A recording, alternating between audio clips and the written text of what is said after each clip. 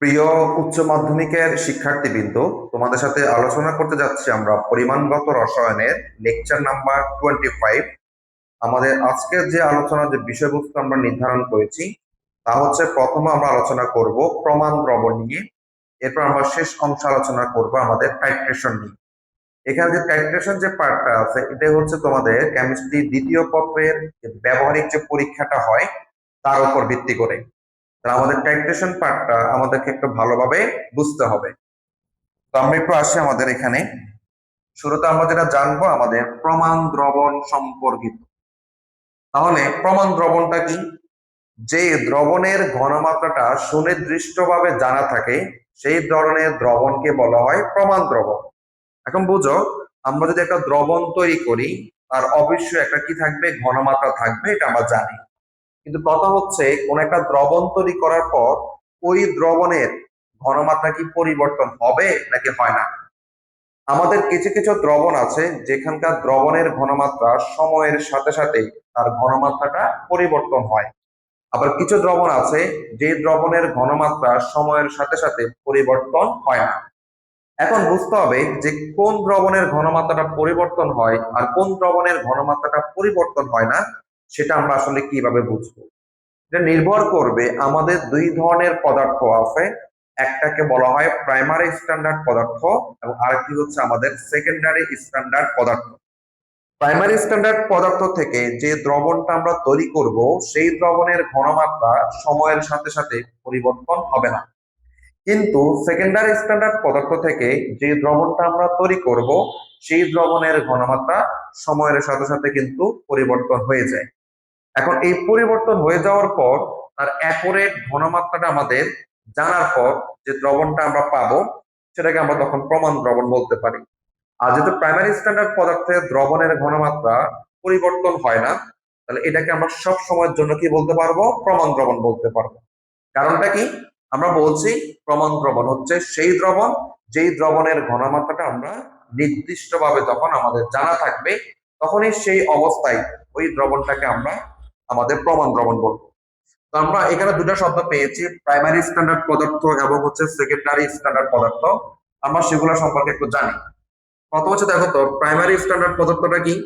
যে সকল পদার্থকে আমরা প্রকৃতিতে বিশুদ্ধ অবস্থায় পাবো এবং ওই পদার্থ বা তার দ্রবণকে দীর্ঘদিন রেখে দিলেও দ্রবণের ঘনমাত্রার কোনো ধরনের পরিবর্তন ঘটে না, সেই ধরনের পদার্থকে আমরা বলবো হচ্ছে প্রাইমারি স্ট্যান্ডার্ড পদার্থ।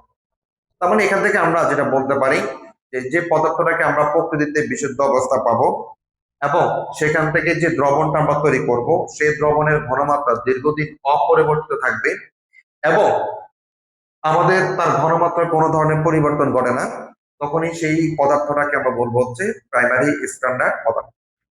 এখান থেকে তার কিছু বৈশিষ্ট্য আমরা জানি, যেমন হচ্ছে তাকে আমরা কোথায় পাবো, বিশুদ্ধ অবস্থায় পাওয়া যায় এবং এটি বায়ুর সংস্পর্শে আসলে অপরিবর্তিত থাকবে। অর্থাৎ বায়ুর যে উপাদানগুলো আমাদের আছে, কার্বন ডাইঅক্সাইড, অক্সিজেন বা জলীয় বাষ্প, তাদের সাথে সে কোনো ধরনের বিক্রিয়া করে না বা তার উপাদানগুলো দ্বারা আক্রান্ত হবে না। এবার দেখো তো, রাসায়নিক নিকটিতে সঠিকভাবে ভর মেপে প্রমাণ দ্রবণ প্রস্তুত করা যায়। অর্থাৎ প্রাইমারি স্ট্যান্ডার্ড যে পদার্থগুলো আছে তাদেরকে আমাদের নিকটি বা যেটাকে আমরা পাল্লা বলি, এই নিকটির মাধ্যমে তার সঠিক ভর নির্ণয় করা যাবে এবং এক্ষেত্রে আমাদের নিকটির কোনো ধরনের ক্ষয় হবে না। সর্বশেষ হচ্ছে, আমরা এই প্রাইমারি স্ট্যান্ডার্ড পদার্থ থেকে যে প্রস্তুত দ্রবণটা আমরা তৈরি করব সেই দ্রবণের ঘনমাত্রা আমাদের দীর্ঘদিন অপরিবর্তিত থাকবে, মানে কোনো ধরনের পরিবর্তন হবে না।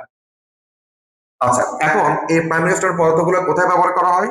দেখো তো, বলা হচ্ছে বিশ্লেষণ রসায়নে আমাদের প্রাইমারি স্ট্যান্ডার্ড পদার্থ ব্যবহার করা হয় এবং সবচেয়ে যে জায়গায় বেশি ব্যবহার করা হয় সেটা হচ্ছে একটা প্রমাণ দ্রবণ প্রস্তুত করার জন্য সবসময় প্রাইমারি স্ট্যান্ডার্ড পদার্থকে ব্যবহার করা হয়। কারণটা কি? যেহেতু প্রাইমারি স্ট্যান্ডার্ড পদার্থের ঘনমাত্রা পরিবর্তন হয় না, তাকে আমরা সব সময়ের জন্যই প্রমাণ দ্রবণ হিসাবে অভিহিত করতে পারি। এবার আমরা চলে আসবো আমাদের সেকেন্ডারি স্ট্যান্ডার্ড পদার্থ।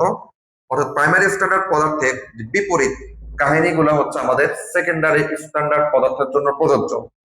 তাহলে আমরা বলি, যে সকল পদার্থ বায়ুর উপাদান দ্বারা সহজে কি হবে, আক্রান্ত হয় এবং এসব পদার্থের ঘনমাত্রা সময়ের সাথে সাথে আমাদের পরিবর্তিত হয়ে যায়, তাদেরকে আমরা বলবো হচ্ছে সেকেন্ডারি স্ট্যান্ডার্ড পদার্থ।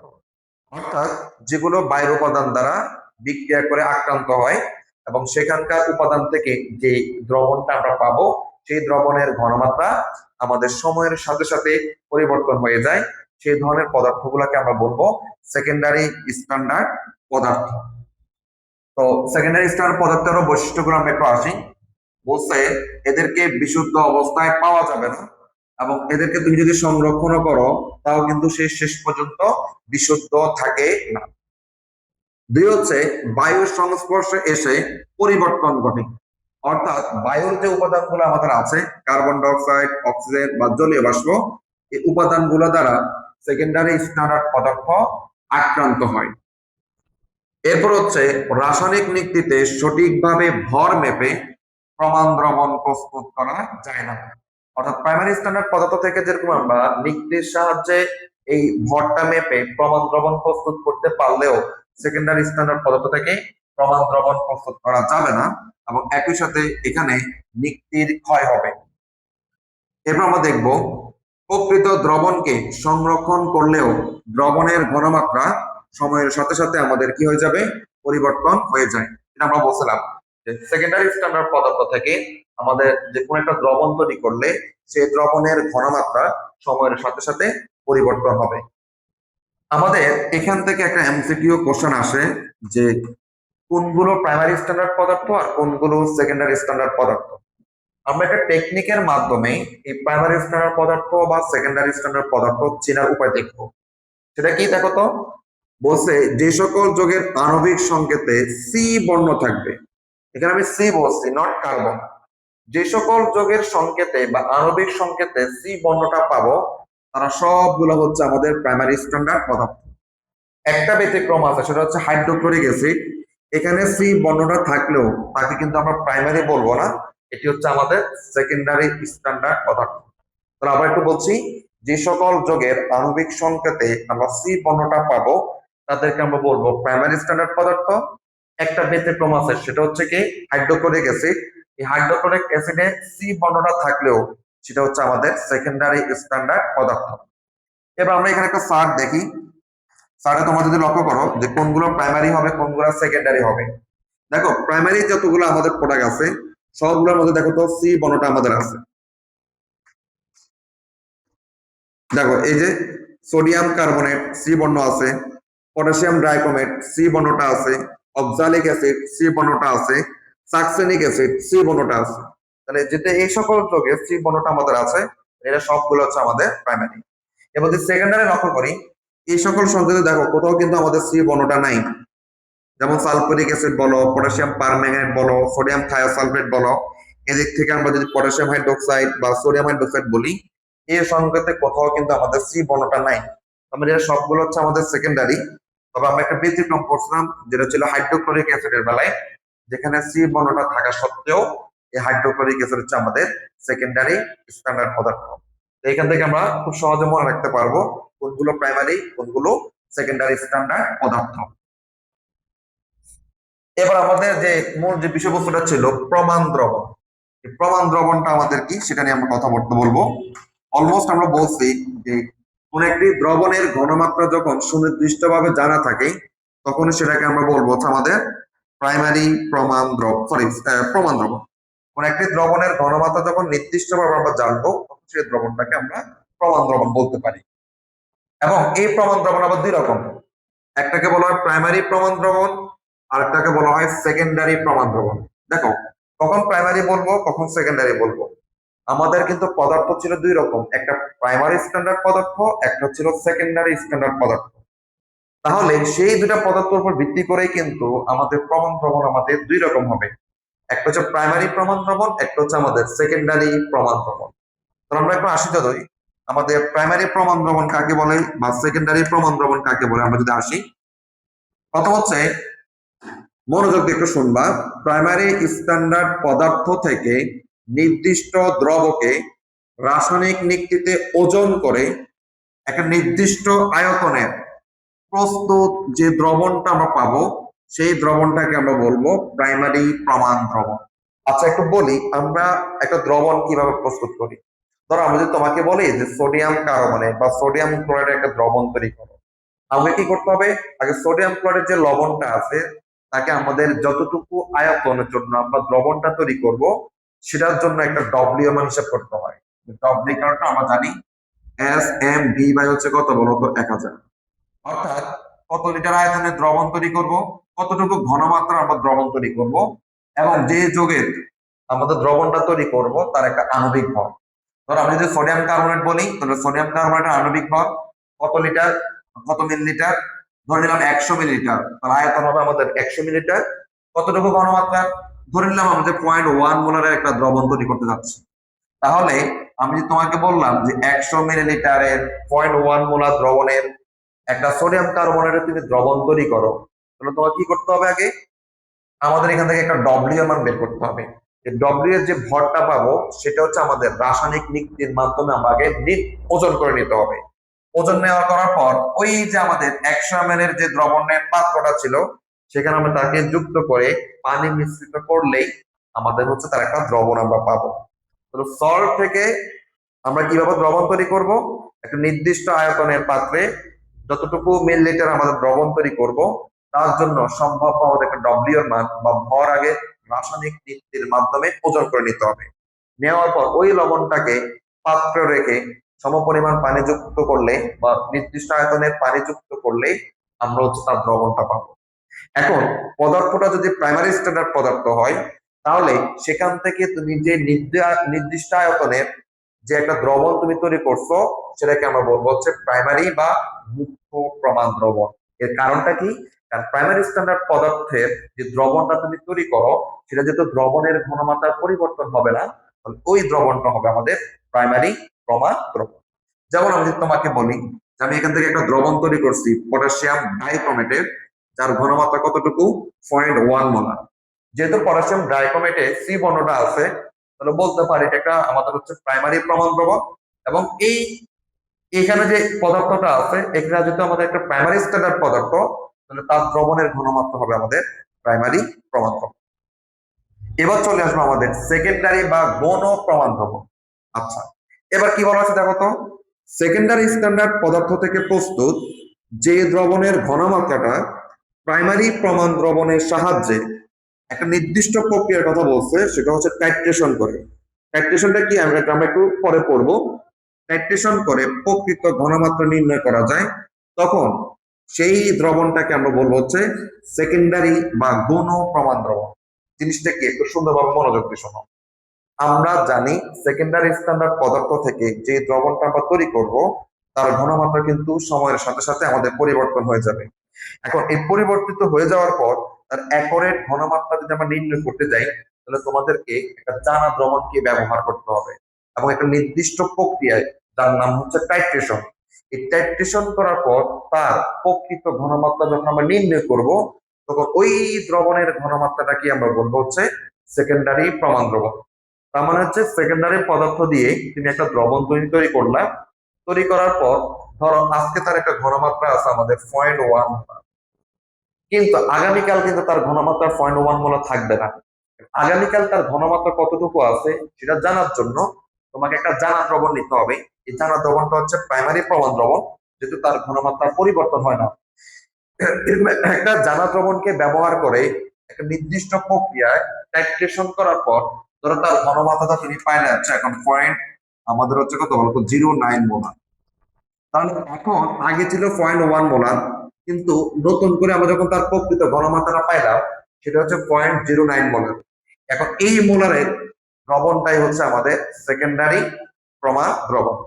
তাহলে প্রাইমারি প্রমাণ দ্রবণটা হচ্ছে প্রাইমারি স্ট্যান্ডার্ড পদার্থ থেকে যে দ্রবণটা আমরা তৈরি করবো সেটাই হচ্ছে সবসময়ের জন্য আমাদের প্রাইমারি প্রমাণ দ্রবণ। কিন্তু সেকেন্ডারি স্ট্যান্ডার্ড পদার্থ থেকে যে দ্রবণটা তুমি তৈরি করবা তার প্রকৃত ঘনমাত্রা নির্ণয় করার জন্য আমাকে কি করতে হবে?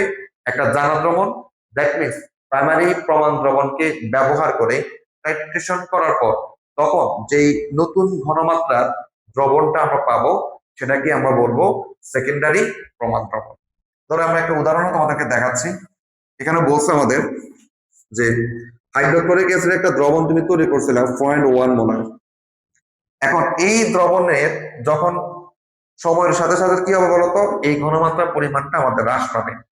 এখন হ্রাস পাওয়ার পর নতুন ঘনমাত্রা কতটুকু আছে সেটা জানার জন্য আমাকে কি করা লাগছে, দেখো আমরা কি করছি, 0.1 মোলার পটাশিয়াম ডাইক্রোমেটের দ্রবণ দ্বারা টাইট্রেশন করে নির্ণীত ঘনমাত্রা হচ্ছে 0.08 মোলার হাইড্রোক্লোরিক অ্যাসিড।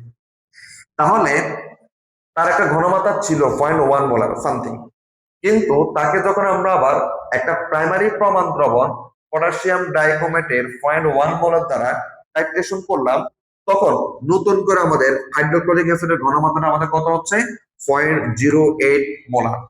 এই 0.08 মোলারটাই হচ্ছে এখন হাইড্রোক্লোরিক অ্যাসিডের সেকেন্ডারি প্রমাণ দ্রবণ। লক্ষ্য করো, শুরুতে তার ঘনমাত্রা ছিল 0.1 মোলার। এটাকে আমরা কি করলাম, একটা প্রাইমারি স্ট্যান্ডার্ড বা প্রাইমারি প্রমাণ দ্রবণ পটাশিয়াম ডাইক্রোমেটের 0.1 মোলার দ্রবণ দ্বারা যখন আমরা টাইট্রেশন করলাম, তখন ওই হাইড্রোক্লোরিক অ্যাসিডের ঘনমাত্রা আমরা পাচ্ছি 0.08 মোলার। এই নতুন যে ঘনমাত্রা দ্রবণটা আমরা পাচ্ছি, এটাকে আমরা এখন বলবো হচ্ছে সেকেন্ডারি প্রমাণ দ্রবণ। আচ্ছা, এরপর আমরা আসবো আমাদের টাইট্রেশন সম্পর্কিত, যেটা আমাদের প্র্যাকটিক্যাল পার্টের জন্য লাগবে। তো আমরা টাইট্রেশন নিয়ে কথাবার্তা বলার আগে কয়েকটা শব্দ আগে শিখবো। প্রথম হচ্ছে নির্দেশক জানবো। নির্দেশক, তোমরা হচ্ছে অনেকে লিটমাস পেপারের নাম শুনছো। লিটমাস পেপারের দুইটা কালার থাকে, একটা হচ্ছে নীল বর্ণের, একটা হচ্ছে লাল বর্ণের। নীল বর্ণের লিটমাস পেপারকে আমরা যদি অম্লীয় দ্রবণে যদি ডুবানো হয়, তাহলে এটি নীল থেকে লাল বর্ণে রূপান্তরিত হয়। আবার লাল বর্ণের লিটমাস পেপারকে আমরা যদি একটা ক্ষারীয় দ্রবণে রাখি, তাহলে এটি লাল থেকে পরিবর্তিত হয়ে নীল হয়। তাহলে নির্দেশকের সংজ্ঞা আমরা কি করতে পারি, নির্দেশকের সংজ্ঞা বলতে পারি যে সকল পদার্থ তাদের নিজস্ব যে বর্ণ পরিবর্তন দ্বারা কোন একটি দ্রবণ অম্লীয়, ক্ষারীয় নাকি নিরপেক্ষ তা নির্দেশ করে, এবং একই সাথে আরেকটা কাজ করবে, সেটা হচ্ছে টাইট্রেশনের সমাপ্তি বিন্দু বা তুল্যতা বিন্দু নির্ণয় করতে পারে, তাকে আমরা বলবো হচ্ছে নির্দেশক। মানে হচ্ছে নির্দেশকের একটা নির্দিষ্ট বর্ণ থাকবে, এটি পরিবর্তনের মাধ্যমে কোন একটি দ্রবণের প্রকৃতি আমরা বলতে পারবো, সেটা কি অম্লীয়, ক্ষারীয় নাকি নিরপেক্ষ, সেটা নির্ধারণ করা যায়। এবং একই সাথে আরেকটা কাজ করে, সেটা হচ্ছে টাইট্রেশনের সমাপ্তি বিন্দু বা তুল্যতা বিন্দু নির্ণয় করতে পারে। এই সমাপ্তি বিন্দু বা তুল্যতা বিন্দু কি আমরা একটু পরে জানবো। তাহলে এই টাইট্রেশনের বা সমাপ্তি বিন্দু নির্ণয় করতে পারে যে পদার্থটা, তাকে আমরা বলবো হচ্ছে আমাদের নির্দেশক। এই নির্দেশক গুলো আবার দুই রকম, একটা হচ্ছে এসিড ক্ষার নির্দেশক, একটি হচ্ছে আমাদের জারণ বিজারণ নির্দেশক। তাহলে আসো, এসিড ক্ষার নির্দেশক কোনগুলো। এসিড ক্ষার প্রশমন বিক্রিয়ায় প্রশমন বিন্দু বা তুল্যতা বিন্দু জানার জন্য যে সকল নির্দেশক গুলো আমরা ব্যবহার করব, তাদেরকে আমরা বলবো হচ্ছে এসিড ক্ষার নির্দেশক। অর্থাৎ এসিড ক্ষারের প্রশমন বিক্রিয়া বা তুল্যতা বিন্দু জানার জন্য যে নির্দেশক গুলো ব্যবহার করা হয় সাধারণত, তাদেরকে আমরা বলবো হচ্ছে এসিড ক্ষার নির্দেশক। আচ্ছা, এগুলা কি দেখো তো, এখানে একটা জিনিস মনে রাখবা, এসিড ক্ষার যে নির্দেশক গুলো থাকে, সেটা হচ্ছে দেখো তো, এসিড মাধ্যমে এক ধরনের বর্ণ প্রদর্শন করবে এবং ক্ষার মাধ্যমে সম্পূর্ণ ভিন্ন বর্ণ প্রদর্শন করে। তোমরা যদি লিটমাস পেপারটাই কল্পনা করো, সেটা কিন্তু অম্লীয় মাধ্যমে নীল থেকে লাল হয়, আবার ক্ষারের মাধ্যমে থেকে আবার তো লাল থেকে নীল হয়। তার মানে হচ্ছে এই এসিড ক্ষার নির্দেশক গুলা অম্লীয় মাধ্যমে বা অ্যাসিডীয় মাধ্যমে এক ধরনের বর্ণ প্রদর্শন করবে, ক্ষারীয় মাধ্যমে সম্পূর্ণ ভিন্ন বর্ণ কি করবে, প্রদর্শন করবে। এবার এসিড ক্ষার নির্দেশক গুলো সবসময় আমাদের হচ্ছে দুর্বল জৈব ক্ষার বা দুর্বল জৈব অ্যাসিড হতে পারে, এবং এগুলোর উদাহরণ হতে পারে ফেনোলফথেলিন, মিথাইল অরেঞ্জ বা মিথাইল রেড, লিটমাস পেপার। এই ধরনের নির্দেশক গুলো হচ্ছে আমাদের এসিড ক্ষার নির্দেশক হিসাবে অভিহিত করা হয়। আরেক ধরনের নির্দেশক আমাদের আছে, সেটাকে আমরা বলছি জারণ বিচারণ নির্দেশক। এরা কারা, যে সকল জৈব রঙিন পদার্থ জারণ বিজারণ টাইট্রেশনে নিজেদের বর্ণ পরিবর্তনের মাধ্যমে আমাদের টাইট্রেশনের প্রশমন বিন্দু বা তুল্যতা বিন্দু নির্দেশ করে, তাদেরকে আমরা বলবো জারণ বিজারণ নির্দেশক। অর্থাৎ জারণ বিজারণ বিক্রিয়ায় আমাদের টাইট্রেশনের সমাপ্তি বিন্দু নির্ণয় করার জন্য যে সকল জৈব রঙিন যৌগ, যে সকল জৈব রঙিন যৌগ আমরা ব্যবহার করব, তাদেরকে আমরা বলবো হচ্ছে জারণ বিজারণ নির্দেশক। এরা কারা দেখো তো, আমাদের কিছু উদাহরণ দেখি। ডাইফিনাইল অ্যামিন হতে পারে, ডাইফিনাইল বেনজিন আছে, মিথিলিন ব্লু আছে। এগুলো হচ্ছে আমাদের জারণ বিজারণ নির্দেশক। তাহলে হচ্ছে এসিড ক্ষারের জন্য কিছু নির্দেশক আছে, জারণ বিজারণ বিক্রিয়ার জন্য আমাদের কিছু কি আছে বলতো, নির্দেশক আছে। আচ্ছা, এবারে এখানে একটা আমরা নতুন শব্দ পাচ্ছি, সেটা হচ্ছে স্বনির্দেশক। এটা আমাদের এমসিকিউর জন্য মাঝে মধ্যে আসে যে স্বনির্দেশকটা কি। স্ব মানে কি বলতো, নিজ। অর্থাৎ যে যৌগটা কোন একটা বিক্রিয়া উপস্থিত থাকলে বাড়তি কোনো নির্দেশক ব্যবহার করতে হয় না, অর্থাৎ সে নিজেই নির্দেশকের রূপ হিসাবে কাজ করে, ওই ধরনের যৌগগুলোকে আমরা বলবো হচ্ছে স্বনির্দেশক। যেমন আমরা বলি এমন কয়েকটি রিডক্স বিক্রিয়া আছে। রিডক্স বলতে আমরা বুঝি জারণ এবং বিজারণ বিক্রিয়া, যাদের টাইট্রেশনের ক্ষেত্রে জারক ও বিজারকের মধ্যে কোনো একটি নিজেই নির্দেশক হিসাবে কাজ করে, তখন আলাদাভাবে কোনো নির্দেশকের ব্যবহার করার কোনো প্রয়োজন হয় না। তখন ওই নির্দেশক গুলাকে আমরা বলবো হচ্ছে স্বনির্দেশক। তার মানে কি বুঝলাম, কোন একটি জারণ বিজারণ বিক্রিয়ায় জারক এবং বিজারকের মধ্যে কোন একটি যদি নিজেই নির্দেশকের রূপ হিসাবে কাজ করে, তখন তাকে আমরা বলবো হচ্ছে আমাদের স্বনির্দেশক। এটা সবচেয়ে বেশি উদাহরণটা আমাদের আসে হচ্ছে পটাশিয়াম পার ম্যাঙ্গানেট নিয়ে।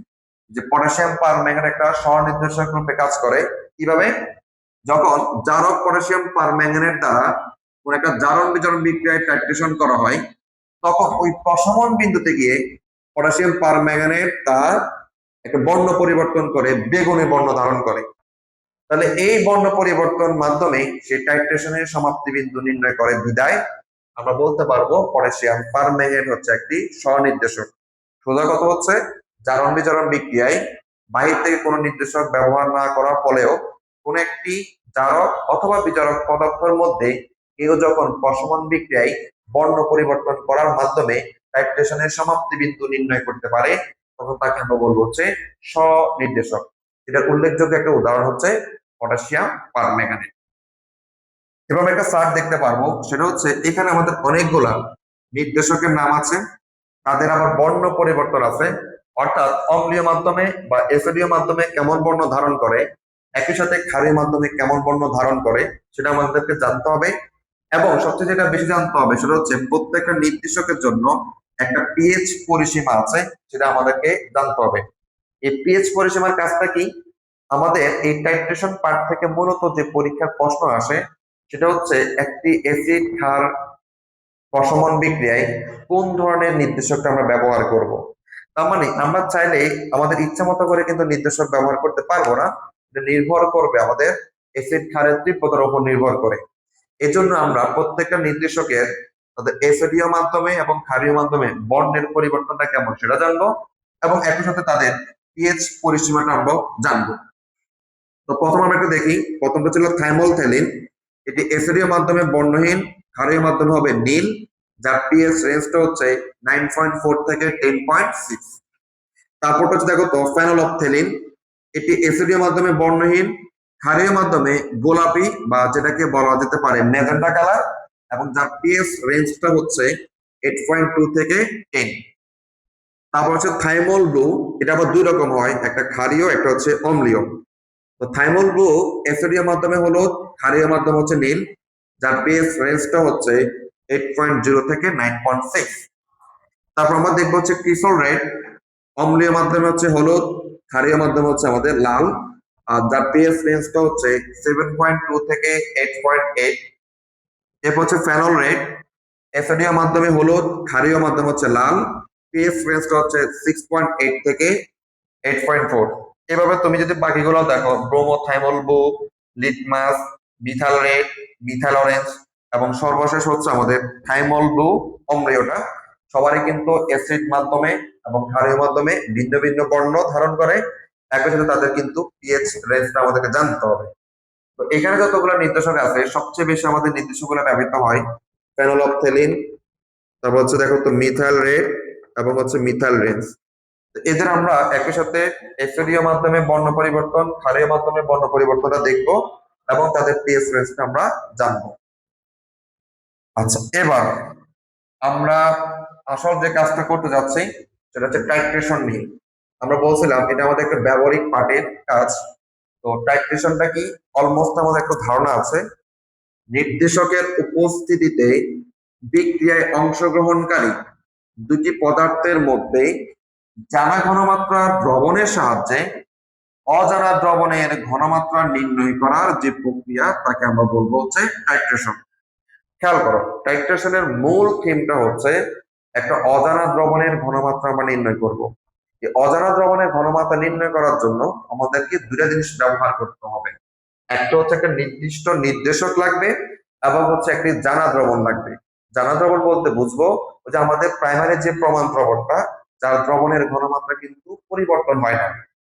এখন একটা জানা দ্রবণকে ব্যবহার করে অজানা দ্রবণের যে ঘনমাত্রা নির্ণয় করার যে প্রক্রিয়া বা পদ্ধতি, সেটাকে আমরা বলবো হচ্ছে টাইট্রেশন। এই টাইট্রেশন সম্পর্কিত দুটা টার্ম আমাদের আছে, দুটা শব্দ আমরা দেখব। একটাকে বলা হয় টাইট্রেন্ট, একটা শব্দের নাম হচ্ছে আমাদের টাইট্রেন্ট বা যেটাকে বলা হয় টাইটার। এই টাইট্রেন্ট বা টাইটারটা কি দেখো তো, বলছে টাইট্রেশনে ব্যবহৃত জানা ঘনমাত্রার যে দ্রবণটি আছে তাকে বলা হচ্ছে টাইট্রেন্ট। আমরা আবারও বলি, আমাদের টাইট্রেশন করার জন্য দুটা পদার্থ লাগবে, একটা জানা দ্রবণ, একটা হচ্ছে অজানা দ্রবণ। যিনি জানা দ্রবণ তাকে আমরা বলবো হচ্ছে আমাদের টাইট্রেন্ট বা হচ্ছে টাইটার। আর মনে রাখবা, আমরা যখন হচ্ছে টাইট্রেশন করব, এই টাইট্রেন্টটাকে কনিক্যাল ফ্লাক্সে রাখা হবে, যেটা একটু পরে আমার চিত্রের মাধ্যমে দেখাবো। তাহলে জানা দ্রবণের জানা ঘনমাত্রার যে দ্রবণ তাকে বলা হচ্ছে টাইট্রেন্ট বা হচ্ছে টাইটার। আর যখন টাইট্রেশন করব তাকে আমরা রাখবো কোথায়? কনিক্যাল ফ্লাক্সে। পরবর্তী টার্মটা হচ্ছে টাইট্রেন্ট বা হচ্ছে টাইট্রেট। টাইট্রেন্ট বা হচ্ছে টাইট্রেট, এটা বলছে দেখো তো, অজানা ঘনমাত্রার যে দ্রবণকে টাইট্রেশন করা হবে তাকে বলা হচ্ছে টাইট্রেন্ট। অর্থাৎ যার ঘনমাত্রাটা আমরা নির্ণয় করব, অজানা দ্রবণ ছিল, সেই দ্রবণটাকে আমরা বলবো হচ্ছে টাইট্রেন্ট বা হচ্ছে টাইট্রেট। এবং বলা হচ্ছে টাইট্রেশন করার সময় তাকে আমরা রাখবো হচ্ছে বুরেটে। টাইট্রেশন সম্পর্কিত যে দুটা শব্দ আমরা পেয়েছি, একটা হচ্ছে টাইট্রেন্ট বা টাইটার, আর একটা হচ্ছে টাইট্রান্ট বা হচ্ছে টাইট্রেট। তো আমাদের টাইট্রেশন করার জন্য দুটা দ্রবণ, একটা জানা দ্রবণ, একটা হচ্ছে অজানা দ্রবণ। জানা দ্রবণটাকে আমরা বলবো টাইট্রেন্ট বা টাইটার, যেটাকে আমরা যখন টাইট্রেশন কাজটা আমরা করব তাকে রাখবো হচ্ছে কনিক্যাল ফ্লাক্সে। আর যিনি অজানা দ্রবণ তাকে আমরা বলবো হচ্ছে টাইট্রেন্ট বা হচ্ছে টাইট্রেট, এবং টাইট্রেশন করার সময় তাকে আমরা রাখবো হচ্ছে বুরেটে। এটা আমরা চিত্রের মাধ্যমে একটু পরে তোমাদেরকে দেখাবো। এখন এই অ্যাসিড ক্ষার কাজটা করার জন্য আমাদের একটা মূল তত্ত্ব আছে। অ্যাসিড ক্ষার টাইট্রেশনের জন্য মূল তত্ত্বটা কি দেখাতে হচ্ছে আমাদের, এখানে একটা সূত্র আছে আমাদের, সেটা হচ্ছে VA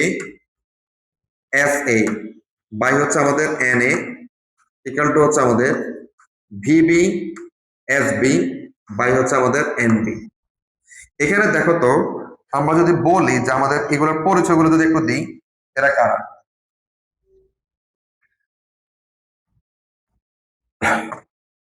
এখানে আমরা বলবো VA, এটা হচ্ছে অ্যাসিডের আয়তন, বিটা হচ্ছে আমাদের অ্যাসিডের আয়তন। তাহলে আমাদের হচ্ছে VB, এটা কি হবে? এটা হচ্ছে আমাদের ক্ষারের আয়তন। SA, এটাকে আমরা বলতে পারবো অ্যাসিডের ঘনমাত্রা। অ্যাসিডের ঘনমাত্রা। তাহলে SB মানে কি হবে? ক্ষারের ঘনমাত্রা। আর এই যে NA পাইলাম, এটা হচ্ছে আমাদের অ্যাসিডের মোল সংখ্যা। অ্যাসিডের মোল সংখ্যা। আর তাহলে আমাদের NBটা কি হবে? ক্ষারের মোল সংখ্যা। তাহলে অ্যাসিড ক্ষার টাইট্রেশনের জন্য আমাদের যে মূল তত্ত্বটা, সেটা হচ্ছে কি VASA বাই হচ্ছে NA ইকুয়াল হচ্ছে VBSB বাই হচ্ছে আমাদের NB।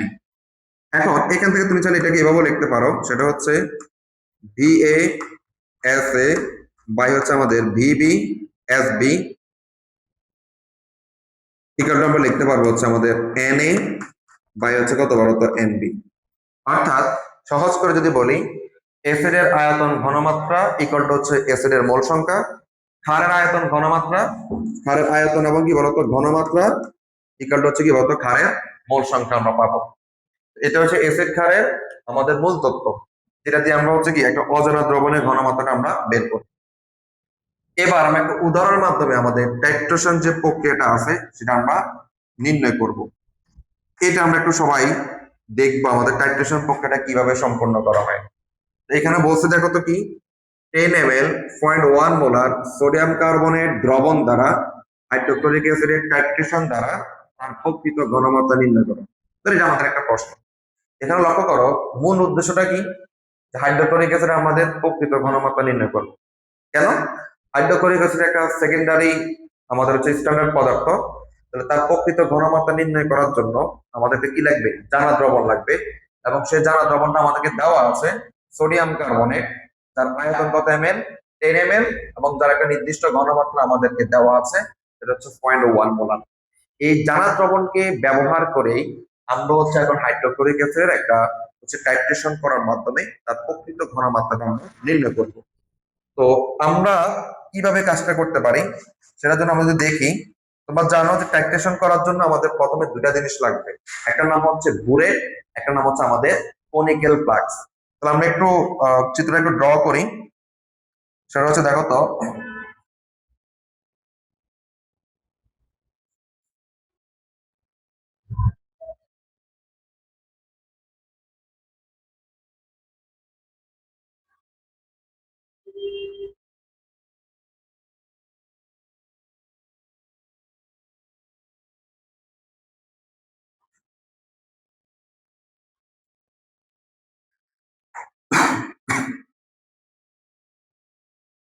আচ্ছা, এটা হচ্ছে আমাদের বুরেট, এটা হচ্ছে আমাদের বুরেট। আর এখানে যেটা আমরা পাচ্ছি এটাকে আমরা বলবো হচ্ছে আমাদের, এটা হচ্ছে আমাদের কনিক্যাল ফ্লাক্স। এটাকে আমরা বলছি আমাদের কনিক্যাল ফ্লাক্স। এখন দেখা হচ্ছে আমাদের মনে আছে কিনা যে আমাদের জানা দ্রবণটাকে আমরা রাখবো হচ্ছে কোথায়? কনিক্যাল ফ্লাক্সে। এখানে জানা দ্রবণটাকে সোডিয়াম কার্বনেট, তার মানে এই কনিক্যাল ফ্লাক্স আমরা এখন রাখতে যাচ্ছি, আমাদের কনিক্যাল ফ্লাক্স আমরা রাখবো কাকে? সোডিয়াম কার্বনেটকে রাখছি, যার একটা আয়তন এবং ঘনমাত্রা আমাদের প্রশ্নে দেওয়া আছে। আয়তন হচ্ছে কত? 10 ml, এবং ঘনমাত্রা হচ্ছে 0.1 মোলার। অর্থাৎ এটি হচ্ছে আমাদের জানা দ্রবণ। এবার হচ্ছে আমরা একটা বুলেট নিয়েছিলাম। বুলেটে দেখো তো হচ্ছে একটা জিনিস থাকে এখানে, সেটাকে বলে স্টপ কর। স্টপ কর, ঠিক আছে? এখন এই বুলেটে আমরা কাকে রাখবো? অজানা দ্রবণ। আমাদের অজানা দ্রবণটা কি ছিল বলতো? হাইড্রোক্লোরিক অ্যাসিড, যার ঘনমাত্রা আমরা নির্ণয় করবো। তো এই যে বুলেটটা আমরা নিলাম, এই বুলেটে আমাদের অনেকগুলো দাগ কাটা অংশ থাকে। অর্থাৎ আমি যদি তোমাদেরকে দেখাই, এই যে ধরো এখান থেকে একটা অংশ,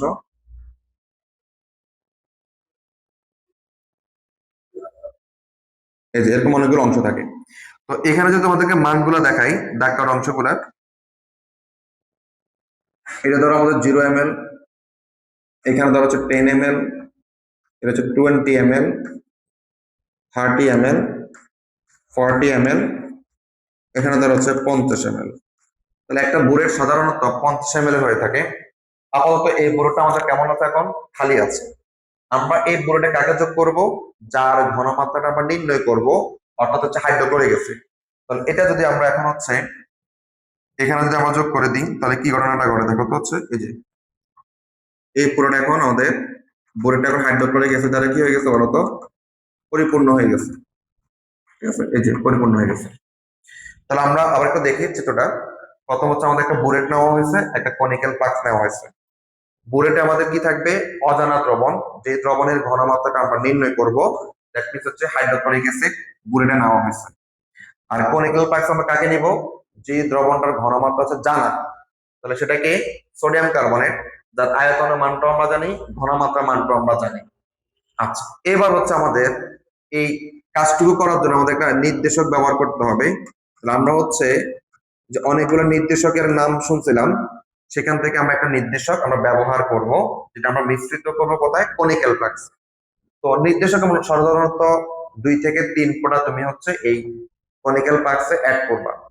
করলে কি হবে দেখো তো, যখন সোডিয়াম কার্বনেটটা ছিল তখন তার একটা বর্ণ ছিল, যখন ওই যে আমরা 2 থেকে 3 ফোঁটা আমাদের হচ্ছে নির্দেশকটা ব্যবহার করব, তখন তার নতুন একটা কালার আসবে। এরপর হচ্ছে আমাদের মূলত টাইট্রেশন প্রক্রিয়াটা শুরু হবে। এখন টাইট্রেশন প্রক্রিয়াটা কিভাবে করা হয় সেটা একটু দেখো। এখানে খেয়াল করো, আমাদের বুলেটটা কিন্তু 0 থেকে 50 ml পর্যন্ত যে দ্রবণটা আমাদের আছে, এটা হচ্ছে আমাদের হাইড্রোক্লোরিক অ্যাসিডের দ্রবণ। এখন আমরা যে কাজটা করব, এখানে যে স্টপ কর্কটা আছে এটা খুলে দেব। খুললে কি করব, খুললে কি হবে, এই বুলেট থেকে দ্রবণ কোথায় আসবে, কনিক্যাল ফ্লাক্সে আসবে। তবে কাজটা আমরা এভাবে করব যে এই স্টপ কর্কটা আমরা এমন ভাবে খুলবো যেন এখান থেকে এক ফোঁটা দ্রবণ এই কনিক্যাল ফ্লাক্সে এসে মিশ্রিত হয়। আবার বলছি, কাজটা আমাদের কিন্তু একটু ধৈর্য সহকারে করতে হবে, অনেকটা স্লো মোশনে করতে হবে, এবং তোমার দৃষ্টিগোচর ভালোভাবে কাজ করতে হবে। তাহলে আমরা এখানে স্টপ কর্কটা এমন ভাবে খুলবো যেন এখান থেকে বুলেট থেকে এক ফোঁটা করে আমাদের দ্রবণ এখানে আসবে। এক ফোঁটা দ্রবণ যদি আমাদের এখানে যখন পড়বে, পড়ার সাথে সাথে আমাদের একটা কালার আসবে। কোন কালার? আগের যে দ্রবণের কালার ছিল সেরকম না, কিন্তু নতুন একটা কালার আমাদের সৃষ্টি হবে, এবং যেই কালারটা চোখের পলকে আবার নাই হয়ে যাবে। তাহলে আমরা বলতে পারি যে কালারটা আমাদের সাময়িক সময়ের জন্য উৎপন্ন হয়েছিল, এটা কিন্তু টেম্পোরারি কালার হয়েছিল। তাহলে এই কালারটা কিন্তু আমাদের স্থায়ী ছিল না। এখন এই কাজটা কিন্তু আমাদের বারবার করতে হবে, অর্থাৎ ফোঁটা ফোঁটায় আমরা কিন্তু আবার দ্রবণ গুলো এখানে কিন্তু ছাড়বো। তাহলে এক ফোঁটা দ্রবণ যখন পড়বে, যখনই পোড়াটা দ্রবণে পড়বে, তখন আমাদের কি আসবে, একটা কালার আসবে, যেটা আবার চোখের পলকে আমাদের নাই হয়ে যাবে। এটাকে আমরা অস্থায়ী কালার বলছিলাম। এখন এই কাজটা করতে করতে হঠাৎ করে একটা সময় কি হবে জানো, এক ফোঁটা দ্রবণ এখানে পড়ার সাথে সাথে দ্রবণের কালারটা স্থায়ীভাবে পরিবর্তন হয়ে যাবে। অর্থাৎ যে কালারটা তুমি দেখছিলা, আসলো কালার একটা উৎপন্ন হলো, আবার চোখের পলকে চলে গেল, একটা সময় হবে কি, যে হঠাৎ করে একটা ফোঁটা পড়ার সাথে সাথে দ্রবণের স্থায়ী কালারটা চলে আসবে। তখনই আমাদের এই কার্যক্রমটা আমাদের বন্ধ করে দিতে হবে, এবং এটার সাথে সাথে তোমাদের কাজটা শেষ করতে হবে। যখনই আমাদের এটা বন্ধ করে দিব, আমাদের যে পোড়াটা পড়ার সাথে সাথে দ্রবণের স্থায়ী কালারটা চলে আসলো, তাকে বলা হচ্ছে তুল্যতা বিন্দু বা সমাপ্তি বিন্দু। তাহলে আমরা আবার একটু বলছি আমাদের কার্যক্রমটা কিভাবে করব। বুলেট থেকে এক ফোঁটা করে দ্রবণ আমাদের কনিক্যাল ফ্লাক্সে আসবে, আসার সাথে সাথে একটা ফোঁটা যখন দ্রবণে পড়বে, একটা কি আসবে, কালার আসবে, যেটি আবার চোখের পলকে নাই হয়ে যাবে। এরপরে আমরা কি করব, এই কাজটা কন্টিনিউ করতে থাকবো যতক্ষণ না পর্যন্ত আমাদের একটা ফোঁটা দ্রবণ এখানে আসার পর দ্রবণের স্থায়ী কালারটা চলে আসে। ততক্ষণ পর্যন্ত আমাদের এই কাজটা আবার ধৈর্য সহকারে করতে হবে। যখনই আমাদের স্থায়ী কালারটা চলে আসবে, তখনই আমাদের কিন্তু এই স্টপ করাটা আমরা বন্ধ করে দিব। এখন যে ফোঁটাটা পড়ার সাথে সাথে দ্রবণের স্থায়ী কালারটা চলে আসলো, তাকে আমরা বলবো হচ্ছে টাইট্রেশনের সমাপ্তি বিন্দু বা তুল্যতা বিন্দু। এখন আমাদের মূল উদ্দেশ্য কি ছিল, হাইড্রোক্লোরিক অ্যাসিডের আমরা ঘনমাত্রাটা বের করবো। এই ঘনমাত্রাটা বের করার জন্য তোমার কি কি মান দরকার ছিল দেখো তো। আমাদের মান দরকার থাকবে এরকম, যে ক্ষারের আয়তন লাগবে, ক্ষারের ঘনমাত্রা লাগবে, ক্ষারের মোল সংখ্যা লাগবে, অ্যাসিড এর মোল সংখ্যা লাগবে, অ্যাসিড এর আয়তনটা লাগবে। তখনই আমরা হচ্ছে কি বলতো, এখান থেকে এস এর মান, মানে অ্যাসিড এর ঘনমাত্রাটা আমরা বের করতে পারবো। এই যে আমি এতক্ষণ যদি টাইট্রেশনটা করলাম, টাইট্রেশন করার মাধ্যমে আমরা প্রথমত হচ্ছে অ্যাসিডের আয়তনটা পাবো। কিভাবে? তোমরা যদি খেয়াল করো, আমরা এই হাইড্রোক্লোরিক অ্যাসিড আয়তন শুরু করছিলাম কোথেকে বলতো, 0 থেকে। এই যে এক ফোঁটা করে দ্রবণ আমাদের বুলেট থেকে কনিক্যাল ফ্লাক্সে চলে আসতেছে, তার মানে কি বুলেট থেকে ওই আয়তনটা কি হচ্ছে, খালি হচ্ছে না। লক্ষ্য করো, আমরা যখন ওই যে স্যালাইন দেওয়া হয়, ফোঁটা ফোঁটায় তোমার হচ্ছে কি বলতো, দেহে পুশ করা হয়, তাহলে এক ফোঁটা করে যখন তোমার দেহে যায়, স্যালাইনের পরিমাণ কিন্তু আস্তে আস্তে করে কমতে থাকে। ঠিক এক ফোঁটা করে দ্রবণ যে আমাদের বুলেট থেকে দ্রবণটা কনিক্যাল ফ্লাক্সে আসলো, তাহলে তো আমাদের এখানে কিছু পরিমাণে আয়তন খালি হচ্ছে। এই যতটুকু আয়তন খালি হওয়ার পরে আমাদের দ্রবণের স্থায়ী কালারটা চলে আসলো, সেটা হচ্ছে আমাদের টাইট্রেশন করার মাধ্যমে ওই হাইড্রোক্লোরিক অ্যাসিডের আয়তন। ধরো আমরা 0 থেকে এখান পর্যন্ত আসার পর, এই যে এখান পর্যন্ত আসার পর, 0 থেকে শুরু করে এখান পর্যন্ত আসার পর আমাদের টাইট্রেশনের কালারটা পরিবর্তন হয়ে গেছে স্থায়ীভাবে। তাহলে এই আয়তনটাই হবে টাইট্রেশন করার মাধ্যমে সংগৃহীত আমাদের আয়তনের মান। ধরে নিলাম যে কতটুকু খালি হয়েছে, 12 মিলিলিটার। এটা আমরা ধরে নিলাম যে একদম 0 থেকে 12 মিলিলিটার আয়তন ব্যবহার করার পর টাইট্রেশনের সমাপ্ত বিন্দু আমাদের চলে আসলো। তো এটা হচ্ছে আমাদের টাইট্রেশন করার মাধ্যমে আমরা আয়তন মানটা আমরা পাবো। যদি আমি এখানে ধরে নিয়েছিলাম 12 ml, এটা যে 12 ml পাবো এমনটা নয়। 12.1 হতে পারে, 12.2 হইতে পারে, বা 10.5 হতে পারে, আরো কম হইতে পারে, আরো অনেক বেশি হইতে পারে। কত হচ্ছে কত হবে সেটা তো আমরা টাইট্রেশন করার পর পাবো। টাইট্রেশন করার পর আমাদের কতটুকু আয়তন ব্যবহার করার পর টাইট্রেশনের সমাপ্তি বিন্দু আমাদের পাচ্ছি, সেটা আমরা এখন লক্ষ্য করতে হবে। তাহলে ধরে নিলাম যে 0 থেকে এই 12 ml আয়তন ব্যবহার করার মাধ্যমে টাইট্রেশনের সমাপ্তি বিন্দু আমরা পেয়ে গেছি। তাহলে এটা হচ্ছে আমাদের টাইট্রেশন করার মাধ্যমে কাঙ্ক্ষিত আয়তন। এবং এই আয়তনটা পাওয়ার পর তারপর তোমার হচ্ছে আমরা সূত্রে তাদের মানগুলা বসানোর মাধ্যমে আমাদের হচ্ছে হাইড্রোক্লোরিক অ্যাসিডের প্রকৃত ঘনমাত্রাটা আমরা পেয়ে যাব। এখন এই ঘনমাত্রা বের করার আগে তোমাদেরকে আরো একটা জিনিস মাথায় রাখতে হবে। এই যে আমি হাইড্রোক্লোরিক অ্যাসিডকে ফোটায় ফোটায় কনিক্যাল ফ্লাক্সের সোডিয়াম কার্বনেট দ্রবণের সাথে যুক্ত করলাম, এখানে কিন্তু আমাদের একটা প্রশমন বিক্রিয়া হচ্ছে। কেন? এই অ্যাসিড এবং হচ্ছে যে ধাতব কার্বনের বিক্রিয়ার মাধ্যমে লবণ, পানি এবং কার্বন ডাই অক্সাইড উৎপন্ন হবে, এবং সেই বিক্রিয়ায় আমাকে দেখতে হবে অ্যাসিড কতটুকু মোল বিক্রিয়া করছে, ক্ষার কতটুকু মোল বিক্রিয়া করছে। তারপর হচ্ছে ফাইনালি গিয়ে আমরা আমাদের সূত্রের মাধ্যমে ঘনমাত্রাটা নির্ণয় করি। তাহলে আমরা চলে আসি আমাদের যে এসিড এবং ক্ষারের যে প্রশমন বিক্রিয়াটা হয়েছিল সেটা দেখার আগে আমরা তোমাদেরকে একটা চিত্রের মাধ্যমে আমাদের এই যে এতক্ষণ পর্যন্ত আমি যে কথাগুলো বলছিলাম সেই পরিবর্তনগুলো আমরা একটু দেখি। দেখো হচ্ছে এখানে নাম্বার 1 কি দেওয়া আছে দেখো তো। এখানে দেওয়া আছে একটা অ্যাসিড সলিউশন, অর্থাৎ একটা অজানা দ্রবণ আমরা নিলাম। তারপর দেখো তো হচ্ছে এখানে একটা কনিক্যাল ফ্লাক্স আছে, যার মধ্যে দিয়ে আমাদের হচ্ছে একটা জানা দ্রবণ আছে, যার মধ্যে আমাদের কি বলতো একটা জানা দ্রবণ। তো এটা ছিল আমাদের অজানা দ্রবণ হাইড্রোক্লোরিক অ্যাসিড, আর এখানে হচ্ছে আমাদের একটা জানা দ্রবণ সোডিয়াম কার্বনেট। এখন এই জানা দ্রবণে আমরা কি ইউজ করতেছি? একটা ইন্ডিকেটর। ইন্ডিকেটরের বাংলা হচ্ছে আমাদের নির্দেশক। ঠিক আছে, ওই যে কনিক্যাল ফ্লাক্স আমরা কি ব্যবহার করলাম? 2 থেকে 3 ফোঁটা। এই যে 2 থেকে 3 ফোঁটা আমরা হচ্ছে নির্দেশক ব্যবহার করব। তাহলে অজানা দ্রবণ নিলাম, জানা দ্রবণ নিলাম, নির্দেশক নিলাম। এরপর দেখো তো হচ্ছে আমরা, এটা হচ্ছে আমাদের একটা ধরো বুলেট। এই বোরেটা যদি তোমরা দেখো, যে হাইড্রোক্লোরিক অ্যাসিড নেওয়ার পর, হাইড্রোক্লোরিক অ্যাসিড নেওয়ার পর দেখো তো একটা আমরা হচ্ছে দ্রবণ দেখতে পাচ্ছি। এখানে দেখো তো লেখা আছে ইনিশিয়াল রিডিং, অর্থাৎ এখান থেকে আমাদের হাইড্রোক্লোরিক অ্যাসিডের পরিমাণটা শুরু হয়েছে। আর এখানে কি আছে বলতো? হোল্ড অফ স্টপ কর, অর্থাৎ বুলেটের যে স্টপ করটা আছে সেটা হচ্ছে এখানে। এবার আমরা কি করব? এটা এখন বন্ধ করা আছে। তারপর আমরা যখন খুলে দেব, কিভাবে খুলবো? এক ফোঁটা যেন দ্রবণ আমাদের হচ্ছে এখানে আসতে পারে। তাহলে এখানে যে অবস্থা আছে, এখানে আমাদের সোডিয়াম কার্বনেটের দ্রবণ আছে, বুলেটে আমাদের একটা নির্দিষ্ট লেভেল থেকে হাইড্রোক্লোরিক অ্যাসিড আছে, এবং এখানে আমাদের কি আছে? একটা স্টপ কর আছে, যেটা এখন বন্ধ অবস্থায় আছে। এরপর আমরা যখন হচ্ছে এটা খুলে দিব, খুলে দেওয়ার পর দেখো তো এই যে ফোটায় ফোটায় আমাদের দ্রবণ এখানে পড়বে। পড়ার পর আমরা বলছিলাম একটা নির্দিষ্ট কালার আসবে, ধরো এই কালারটা আমাদের এখানে আসে। যখন এই ধরো এই ফোটাটা যখন এখানে পড়বে, এই পড়ার পর দেখো সামথিং ভাবে আমাদের এরকম একটা কালার সৃষ্টি হবে, যেটা আবার চোখের পলকে চলে যাবে। এরকম কি বলছিলাম, একটা সময় আমাদের কি হবে বলতো? দ্রবণের যে কালারটা ছিল সেটা সম্পূর্ণভাবে পরিবর্তন হয়ে যায়। তাহলে এই যে কাজটা আমরা বারবার করলাম, একটা সময় আমরা কি দেখি দেখো তো, এই যে কালার সম্পূর্ণভাবে পরিবর্তন হয়ে গেল। যখনই পরিবর্তন হয়ে গেল তখনই কিন্তু আমাদের স্টপ করাটা আমাদের কি হয়ে গেছে বলতো? বন্ধ করে দেওয়া হয়েছে। এখন লক্ষ্য করো, আমাদের শুরু করছিলাম কোত্থেকে? এখান থেকে। এখন তুমি দেখো তো, একটু যদি খেয়াল করো, এখান থেকে শুরু করছিলাম, এখানে আসার পরে কিন্তু দেখো তো এই দ্রবণটা ব্যবহৃত হইতে হইতে যখন এখানে চলে আসলো, তখনই কিন্তু আমাদের দ্রবণের স্থায়ী কালারটা চলে আসে। এই যে এখান থেকে এতটুকু পর্যন্ত দ্রবণ আমাদের ব্যবহার করলাম, এটি হচ্ছে আমাদের টাইট্রেশনের জন্য ব্যবহৃত আয়তন। এটা নিয়ে আমরা আজকে কাজ করবো। তাহলে কি হলো?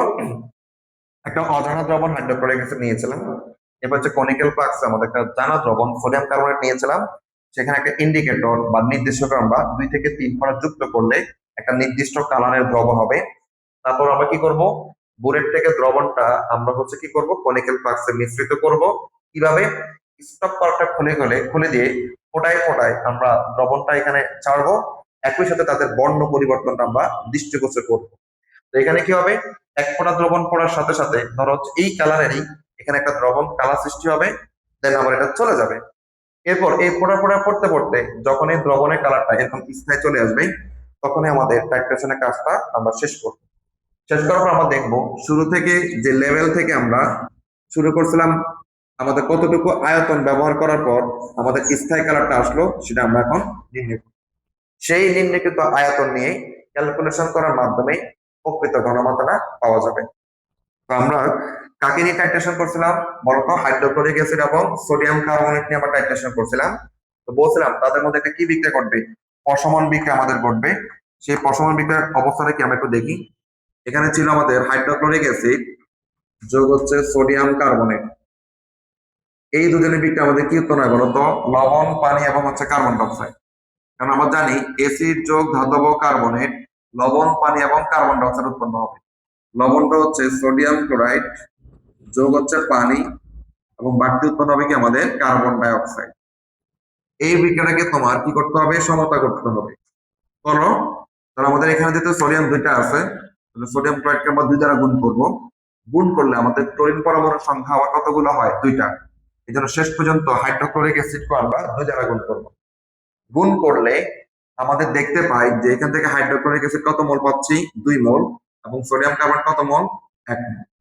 এটা আমাদের করতে হবে। অ্যাসিড ক্ষারের প্রশমন বিক্রিয়া আমাদেরকে দেখাতে হবে। এবার আমরা আমাদের হিসাবটা করব।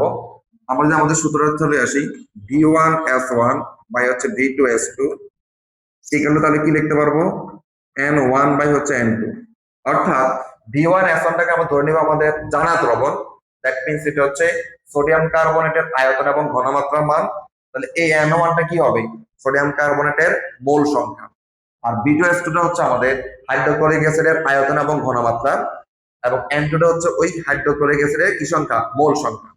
আমাদের উদ্দেশ্য এখান থেকে কার মান বের করা? হাইড্রোক্লোরিক অ্যাসিডের ঘনমাত্রাটা আমরা বের করব। তাহলে এখান থেকে আরো গুণন করলে আমরা পাবো N2V1S1 বাই হচ্ছে আমাদের N1 আমাদের হচ্ছে V2। তাহলে এই মিশ্রিত আমাদের টাইট্রেশন করার মাধ্যমে হাইড্রোক্লোরিক অ্যাসিডের নতুন যে ঘনমাত্রাটা হবে তার জন্য 5টা ভ্যালু লাগবে। এখন ভ্যালুগুলা কি দেখান তো হচ্ছে, আমরা যদি দেখাই,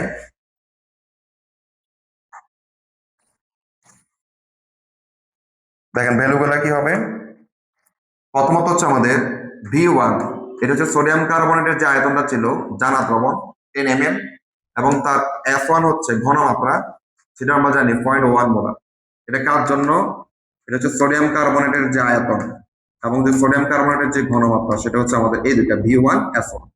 আর V2 হচ্ছে কি বলতো? ওই যে টাইট্রেশন করার পর যে আয়তনটা তুমি পেয়েছিলে হাইড্রোক্লোরিক অ্যাসিডের, সেটা হচ্ছে আমাদের V2 এর মান। আর আমাদের হচ্ছে আমরা মূলত বের করবো কি S2 এর মান, তাই না? এখন এখানে দুটো মোল সংখ্যা পেয়েছিলাম, একটা অ্যাসিডের জন্য, একটা হচ্ছে কি বলতো ক্ষারের জন্য। অ্যাসিডের মোল সংখ্যা কত মোল? 2 মোল। তাহলে N2 এর মান হচ্ছে 2 মোল। আর ক্ষারের মোল সংখ্যা কত পাইছে বলতো? 1 মোল। এই যে এই সবগুলো মান আমরা এখানে বসাই দিলে আমরা হচ্ছে আমাদের কাঙ্ক্ষিত ঘনমাত্রাটা পেয়ে যাব। তো N2 এর মান কত? 2। V1 এর মান হচ্ছে আমাদের 10, S1 এর মান হচ্ছে 0.1, N1 এর মান হচ্ছে 1 এবং V2 এর মান হচ্ছে আমাদের 12। মনে করিও এই V2 এর মান যেটা, এটা কিন্তু টাইট্রেশন করার পর পাবো। এখানে আমরা 12 লিখছি, 12 পেতে পারো, আরো বেশি পেতে পারো, কম পেতে পারো, যা পাবা সেটা বসাবা। বসানোর পর যদি আমরা ক্যালকুলেশন করি তাহলে তার ঘনমাত্রা পাচ্ছি আমরা 0.16 মোল। তাহলে এইটা হচ্ছে টাইট্রেশন করার প্রক্রিয়া। টাইট্রেশন করার মাধ্যমে কোন একটি অজানা দ্রবণের ঘনমাত্রা বের করার হিসাবটা হচ্ছে আমাদের এইভাবে করতে হবে। এবার আমরা আসবো আমাদের মূলত পরীক্ষার প্রশ্ন যেটা আসে সিকিউতে, সেটি হচ্ছে তোমাকে প্রশ্নে একটা অ্যাসিড এবং একটা ক্ষার দেওয়া থাকবে। আমাদের প্রশ্ন আসবে ওই অ্যাসিড এবং ক্ষারকে টাইট্রেশন করার জন্য কোন ধরনের নির্দেশকটা ব্যবহার করা হবে। তার মানে আমরা ইচ্ছা মতো করে কিন্তু কোন একটা ইন্ডিকেটর বা নির্দেশক কিন্তু ব্যবহার করতে পারবো না। আমাদের কোন ধরনের নির্দেশকটা ব্যবহার করব তা নির্ভর করবে অ্যাসিড এবং ক্ষারের তীব্রতার উপরে। অর্থাৎ আমাদের যে অ্যাসিড 2 রকম, একটা হচ্ছে তীব্র অ্যাসিড, একটা হচ্ছে মৃদু অ্যাসিড। একই রকম ভাবে আমাদের ক্ষারও 2 রকম, একটা হচ্ছে তীব্র ক্ষার, একটা হচ্ছে আমাদের মৃদু ক্ষার। আমরা একটু দেখি যে আমাদের তীব্র অ্যাসিড যারা, তাদের একটা পিএইচ রেঞ্জ আছে, সেটা হচ্ছে 0 থেকে 3। যারা তীব্র অ্যাসিড তাদের পিএইচ পরিসীমাটা হচ্ছে 0 থেকে 3। এবং সেখানে যে যৌগগুলোর উদাহরণটা আমরা একটু মনে রাখবো, কি কি বলতো? হাইড্রোক্লোরিক অ্যাসিড, নাইট্রিক অ্যাসিড বা সালফিউরিক অ্যাসিড।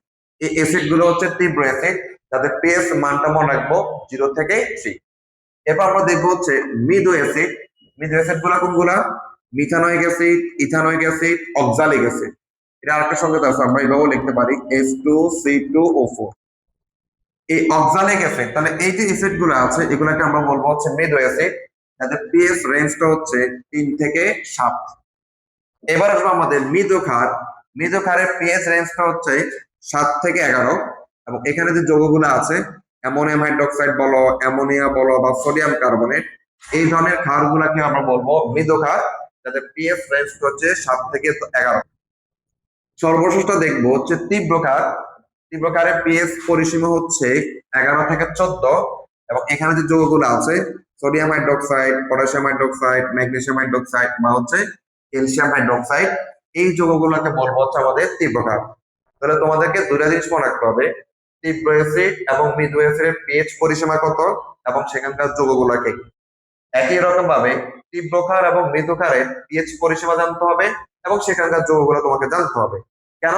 ধরো তোমাকে প্রশ্ন বললো যে সালফিউরিক অ্যাসিড এবং সোডিয়াম হাইড্রোক্সাইডকে টাইট্রেশন করলে কোন ধরনের নির্দেশক ব্যবহার করতে হবে, তারপর বলছিলাম সেটা নির্ভর করবে অ্যাসিড এবং ক্ষারের তীব্রতার উপরে। অর্থাৎ এখানে এটা ছিল তীব্র অ্যাসিড, এটা হচ্ছে আমাদের তীব্র ক্ষার। তো তীব্র অ্যাসিড তীব্র ক্ষার হলে এক ধরনের নির্দেশক ব্যবহার করা যাবে, কিন্তু আমি যদি বলি এই সালফিউরিক অ্যাসিডের সাথে সোডিয়াম কার্বনেটকে যুক্ত করলে এখন কোন নির্দেশক ব্যবহার করবেন? আগে যে নির্দেশক তুমি ব্যবহার করছো এখন কিন্তু সেটা আর হবে না, কারণ এবার অ্যাসিড তীব্র হলেও ক্ষার কিন্তু কি বলতো মৃদু। তাহলে অ্যাসিড এবং ক্ষারের তীব্রতার উপর নির্ভর করবে আমাদের নির্দেশক কোনটি ব্যবহার হবে, এবং এটি আমাদের পরীক্ষা আসে। আমরা সেটা আবার একটু দেখবো, ভালোভাবে দেখবো, যেন আমরা পরীক্ষা আসলে লিখতে পারি।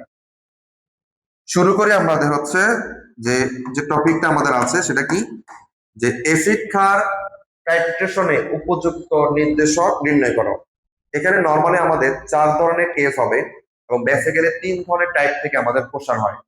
প্রথম আমরা যেটা জানবো সেটা হচ্ছে তীব্র অ্যাসিড এবং তীব্র ক্ষারের টাইট্রেশনের জন্য কোন ধরনের নির্দেশক ব্যবহার করব। অর্থাৎ অ্যাসিডও তীব্র, ক্ষারও যদি তীব্র হয় তাহলে আমরা কোন ধরনের নির্দেশকটা ব্যবহার করতে পারি। এখানে একটা লাইনগুলো আমরা দেখি, যে বলছে তীব্র অ্যাসিড এবং তীব্র ক্ষারের টাইট্রেশনের সময় যে লবণ উৎপন্ন হয় তা জলীয় দ্রবণে আর্দ্র বিশ্লেষিত হয় না। এটা একটু বলি। অর্থাৎ অ্যাসিড এবং ক্ষারের বিক্রিয়া তো আমরা প্রশমন বিক্রিয়া বলছিলাম, যেখানে একটা লবণ এবং একটা পানি উৎপন্ন হবে, কিন্তু অ্যাসিডও তীব্র ক্ষারও তীব্র, এরকম একটা টাইট্রেশনের সময় যে লবণটা আমরা পাবো সেটি আর জলীয় দ্রবণে আর্দ্র বিশ্লেষিত হবে না, অর্থাৎ সে নিরপেক্ষ ভাবে থাকবে। নিরপেক্ষ যখন থাকবে তখন সেই অবস্থায় তার পিএইচ এর মান থাকবে হচ্ছে 7। তাহলে অ্যাসিড তীব্র ক্ষারও তীব্র, এরকম দুজনের মধ্যে যখন টাইট্রেশনটা আমরা করলাম তখন মিশ্রণের অসমান বিন্দুতে পিএইচ এর মান আমরা কত পাইলাম বলতো? 7।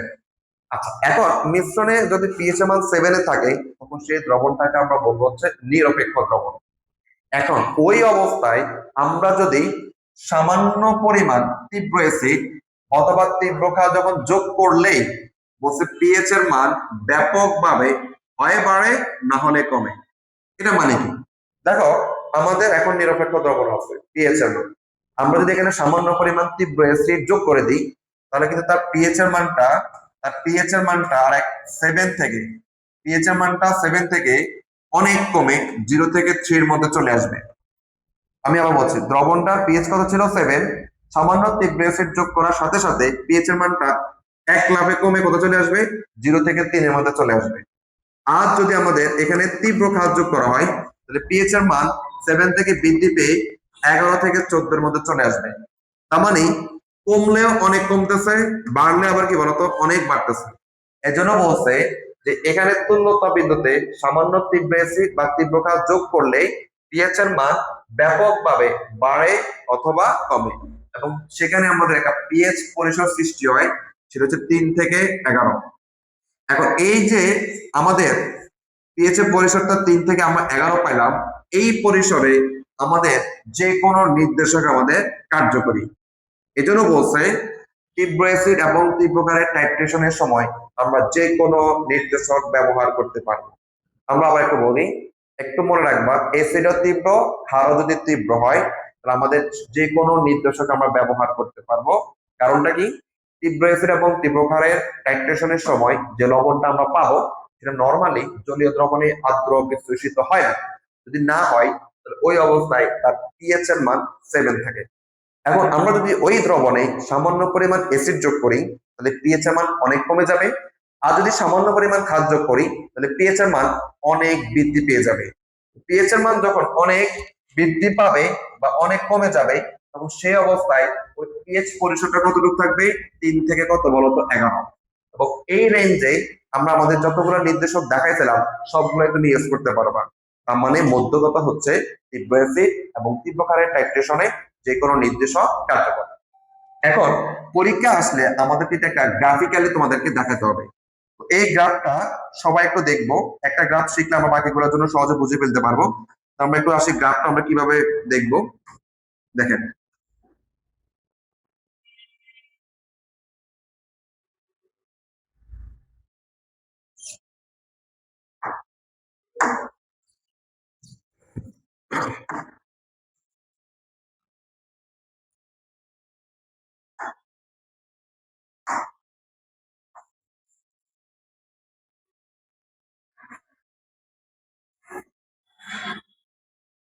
আচ্ছা এখানে দেখো তো আমরা যদি গ্রাফটা দেখি, গ্রাফের ওয়াই অক্ষ বরাবর আমাদের বিভিন্ন পিএইচ এর মান থাকবে।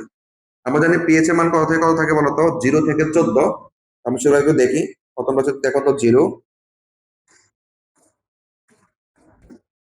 0, 1, 2, 3, 4, 5, 6, 7, 8, 9, 10, 11, 12, 13 এবং হচ্ছে কত বলতো 14। অর্থাৎ পিএইচ এর মানটা 0 থেকে শুরু করে আমাদের 14 পর্যন্ত থাকবে। এখন একটু লক্ষ্য করো, পরীক্ষা তোমার প্রশ্ন কি থাকবে। তোমাকে বললো যে একটা সালফারিক অ্যাসিড এবং তুমি সোডিয়াম হাইড্রোক্সাইডকে টাইট্রেশন করার জন্য কোন নির্দেশকটা তুমি ব্যবহার করবা সেটা তুমি আলোচনা করো। আমরা এই যোগ থেকে বুঝতে হবে এরা কি তীব্র নাকি মৃদু। লক্ষ্য করো অ্যাসিডও তীব্র, ক্ষারও কিন্তু আমাদের তীব্র। এখন আমরা কোন নির্দেশকটা ব্যবহার করব সেটা বের করবো। তো প্রথমে এখানে তুমি দেখবা তুমি যে অ্যাসিডটা নিচ্ছ সেটা কি অ্যাসিড? এটা হচ্ছে তীব্র অ্যাসিড। এবং যে ক্ষারটা নিচ্ছ তুমি সেটাও কি বলতো? তীব্র ক্ষার। এখন এই তীব্র অ্যাসিডের পিএইচ রেঞ্জ কতটুকু ছিল? 0 থেকে 3। আর তীব্র ক্ষারের পিএইচ রেঞ্জটা ছিল 11 থেকে 14। ঠিক আছে, এখন আমরা যে কাজটা করব সেটা হচ্ছে এই যে অ্যাসিড এর যে ভ্যালুটা আমাদের ছিল কত কত 0 থেকে 3, এখানে খেয়াল করো সর্বোচ্চ ভ্যালু কত? সর্বোচ্চ ভ্যালু হচ্ছে 3। তার মানে হচ্ছে আমরা এই যে গ্রাফে 0 থেকে 3 সর্বোচ্চ যে ভ্যালুটা ছিল 3 সেখান পর্যন্ত একটা বিন্দু নিব। আবার বলছি, এসিড এর যে পিএইচ রেঞ্জটা ছিল সেখানে সর্বোচ্চ ভ্যালু কত? 3। এই 3 বরাবর আমরা এখানে একটা গ্রাফে বিন্দু নিব। আচ্ছা, এবার তীব্র ক্ষারের বেলায় আমরা যেটা লক্ষ্য করবো সেটা হচ্ছে এখানে রেঞ্জটা হচ্ছে 11 থেকে 14। এখানে আমরা নিব সর্বনিম্ন যে ভ্যালুটা আমাদের আছে অর্থাৎ 11। এসিড বেলা আমরা কিন্তু নিয়েছিলাম সর্বোচ্চ, খারাপ বেলা আমরা নিব কি বলতো? সর্বনিম্ন কত? 11। তাহলে ওই গ্রাফে আমরা 11 বরাবর একটা বিন্দু নিব। 11 বরাবর আমরা একটা বিন্দু নিব। তো গ্রাফে আমরা টোটাল কতগুলো বিন্দু নিয়েছি? দুইটা। একটা ছিল আমাদের তীব্র অ্যাসিডের জন্য, আরেকটা হচ্ছে আমাদের তীব্র ক্ষারের জন্য।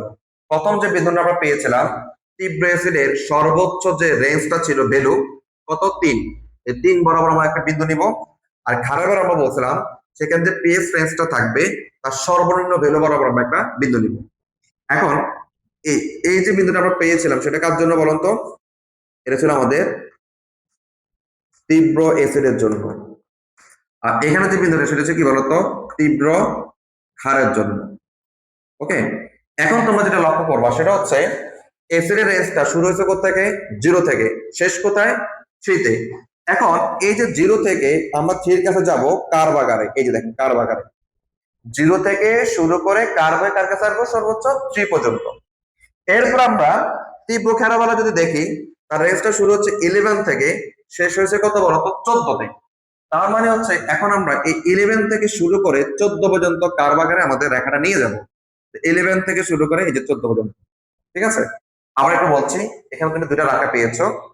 অ্যাসিড বেলা কিভাবে পেয়েছো? 0 থেকে শুরু করে 3 পর্যন্ত। আর ক্ষার বেলা কিভাবে পেয়েছো? 11 থেকে শুরু করে 14 পর্যন্ত। মাঝখানে যে তুমি একটা ব্যবধান তুমি দেখতে পাচ্ছ, এটাই হচ্ছে আমাদের পিএইচ ব্যবধানটা।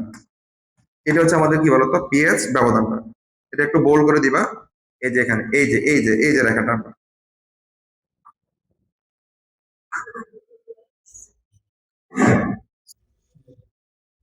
এখানে আমরা একটু রেখাটা দেখি।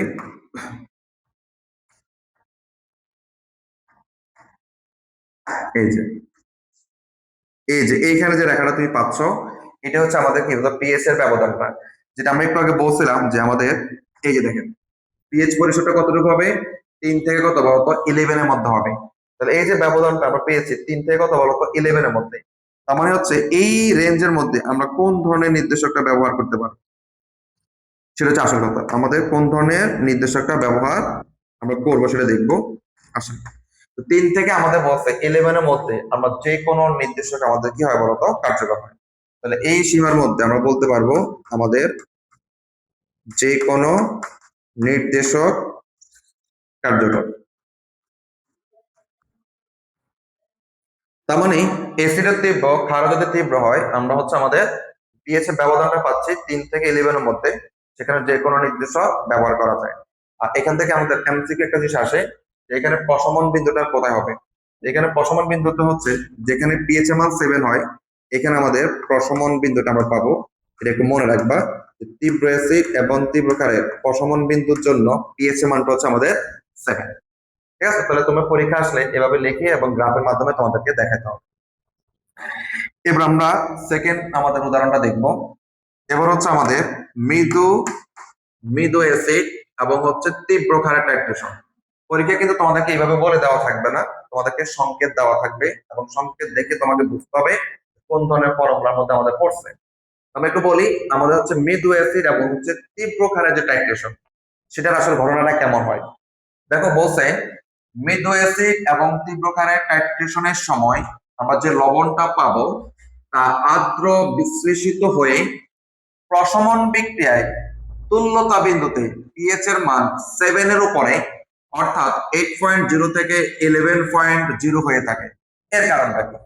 দেখো এবার কিন্তু হচ্ছে অ্যাসিডটা মৃদু ক্ষারটা তীব্র, তার মানে যখন তাদের প্রশমন হবে আমাদের দ্রবণের প্রকৃতিটা কিন্তু অনেকটা ক্ষারীয় হবে।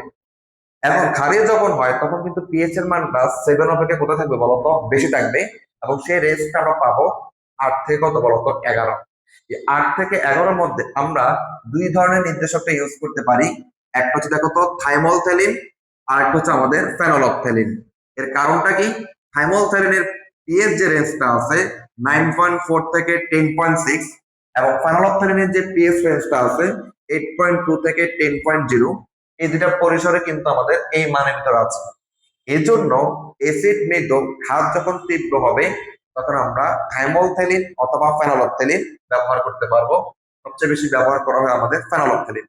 তো ঘটনাটা আমরা আবার একটু বলি। অ্যাসিড মৃদু এবং একটা তীব্র ক্ষারের যখন টাইট্রেশন হবে তাদের বিক্রিয়ায় যে লবণটা আমরা পাবো সেই লবণটা অনেকটা ক্ষারীয় হবে। এই জন্য তাদেরকে আর্দ্র বিশ্লেষণ করলে আমরা প্রশমন বিক্রিয়া বা তুল্যতা বিন্দুতে পিএইচ এর মানটা 7 এর উপরে পাবো। তার রেঞ্জটা হচ্ছে 8.0 থেকে 11.0, এবং এই পরিসরে আমরা দুই ধরনের নির্দেশক ব্যবহার করতে পারবো, থাইমলথ্যালিন অথবা কি বলতো ফেনলফথ্যালিন। এখন আমরা একটা উদাহরণের মাধ্যমে যদি তোমাদেরকে দেখাই, তাহলে তোমাকে প্রশ্ন বললো যে আমাদের হচ্ছে একটা ইথানোয়িক অ্যাসিড, যেটা হচ্ছে একটা মৃদু অ্যাসিড, এবং একটা হচ্ছে তীব্র ক্ষার সোডিয়াম হাইড্রোক্সাইড তোমাকে দিলাম। এখন বলবো এই দুজনকে টাইট্রেশন করলে কোন ধরনের নির্দেশক আমরা ব্যবহার করব। অ্যাসিড মৃদু ক্ষার তীব্র, তাহলে আমরা বলতে পারবো যে থাইমলথ্যালিন অথবা কি ফেনলফথ্যালিন আমরা ব্যবহার করতে পারবো। এটা আমরা গ্রাফিক্যাল একটু যদি তোমাদেরকে এবার দেখাই।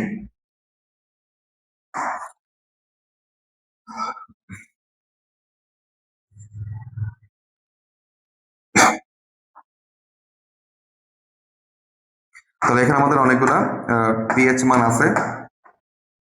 এই পাশে হচ্ছে আমাদের পিএইচ এর রেঞ্জটা শুরু হবে 0 থেকে 14 পর্যন্ত হবে।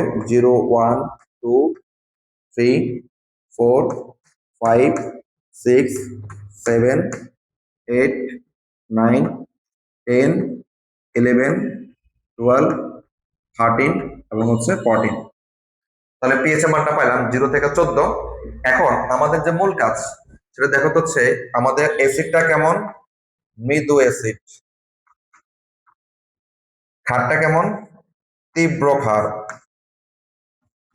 তো মৃদু অ্যাসিডের যে পিএইচ রেঞ্জ সেটা আমরা কত বলছিলাম, আমাদের হচ্ছে 3 থেকে 7, আর তীব্র ক্ষারের যে পিএইচ রেঞ্জ সেটা হচ্ছে 11 থেকে কত বলতো 14। এখন মনোযোগ দিয়ে শোনো, আমরা দুটা বিন্দু নিব, একটা এসিডের জন্য একটা ক্ষারের জন্য। এসিডে বেলা হচ্ছে সর্বোচ্চ পয়েন্টটা, আর ক্ষারে বেলা হচ্ছে সর্বনিম্ন পয়েন্ট। অর্থাৎ এসিডের জন্য যখন আমরা হিসাবটা করব, এখানে আমরা নিব কোনটা দেখো তো, এসিডের সর্বোচ্চ মান কত বলতো, 7। তাহলে এই 7 বরাবর আমরা হচ্ছে একটা পয়েন্ট নিয়ে নিব বা বিন্দু নিয়ে নিব। আর ক্ষারের বেলায় কি বলছিলাম, সর্বনিম্ন মান কত, 11। এই 11 বরাবর কি নিব, আমরা একটা পয়েন্ট বা বিন্দু নিয়ে নিব। আবার বলছি, অ্যাসিডের বেলায় সর্বোচ্চ পয়েন্ট বরাবর একটা বিন্দু, আর ক্ষারের বেলা হচ্ছে সর্বনিম্ন বিন্দু বরাবর বা পয়েন্ট বরাবর একটা কি বিন্দু নিব। এখন আমরা এবার একটা গ্রাফ যদি আঁকতে চাই, অ্যাসিডটার রেঞ্জ শুরু হচ্ছে কোথা থেকে বলতো, 3 থেকে, তার মানে শেষ হচ্ছে কোথায়, 7-এ। আমরা যে কাজটা করব, এই 3 থেকে কার হয়ে আমরা কার কাছে চলে আসবো, 7-এর কাছে চলে আসবো। তেমনি তীব্রকারের রেঞ্জ শুরু হচ্ছে 11 থেকে, শেষ হচ্ছে কোথায় বলতো, 14। তাহলে এখানে আরেকটা আমরা কার্ভ রেখা আঁকবো, 11 থেকে শুরু করে চলে যাবে কত বলতো, 14। দুটো রেখা আমরা পেয়েছি, একটা শুরু হচ্ছে 3 থেকে 7, আর হচ্ছে 11 থেকে কত বলতো, 14। মাঝখানে যে ব্যবধানটা আমরা পাচ্ছি, এটা হচ্ছে আমাদের কি বলতো, পিএইচ ব্যবধান। এটা হচ্ছে আমাদের কি বলতো, পিএইচ ব্যবধান। এটাকে আমরা একটা বোল্ড করে দিব, এই যে,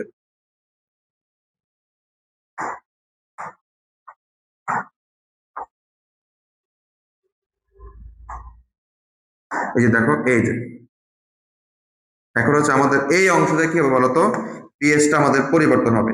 তাহলে এখানে ব্যবধানটা আমরা কত পাইছি বলতো, ব্যবধানটা আমরা পাচ্ছি হচ্ছে আমাদের 7-এর উপরে, অর্থাৎ 8 থেকে কত বলতো, 11-এর মধ্যে পাচ্ছি। এই যে এই রেঞ্জটা 8 থেকে কত বলতো, 11-এর মধ্যে পাবো।